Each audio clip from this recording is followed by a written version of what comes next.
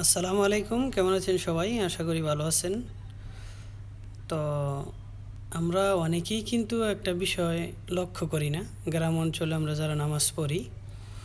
তো আসলে আমরা যখন সূরা পড়ি, ধরুন আলহামদুলিল্লাহি রব্বিল আলামিন, এখানে কিন্তু অনেকেই পড়ে রাব্বিল আলামিন।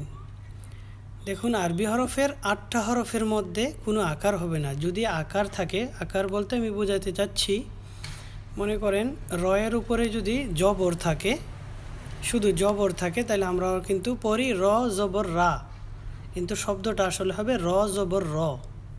তা আসলে আমি 40টার মতো ক্লাস করার পরে আসলে এই জিনিসটা সংশোধন করছি। আমরা আগে এরকমই পড়তাম, বিসমিল্লাহির রহমানির রাহিম পড়তাম।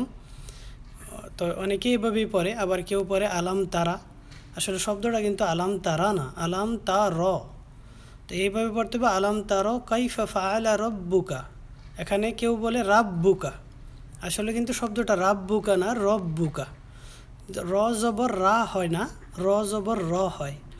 তা আসলে আপনি কোরআনের প্রত্যেকটা জায়গার মধ্যে যখনই দেখবেন রয়ের উপরে জবর আছে, শব্দ উচ্চারণ করবেন র, রা পড়বেন না, কখনো র পড়বেন।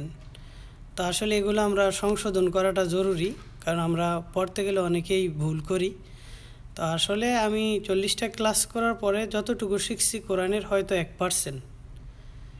আসলে ক্লাস মানে করার সময় বুঝতে পারলাম যে আসলে যতটুকু বয়স হয়েছে সারাটা জীবন তো এরকমই পড়াইছি আমরা, বেশিরভাগই ভুল হয় আমাদের পড়ার।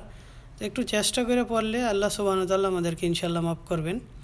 তো আশা করি আপনারা যে ভিডিওটা দেখবেন উপকৃত হবেন এই বিষয়টা। আরও অনেক কিছু আছে, মাঝে মধ্যে আমি বলবো ইনশাল্লাহ। ভালো থাকবেন, আল্লাহ হাফেজ।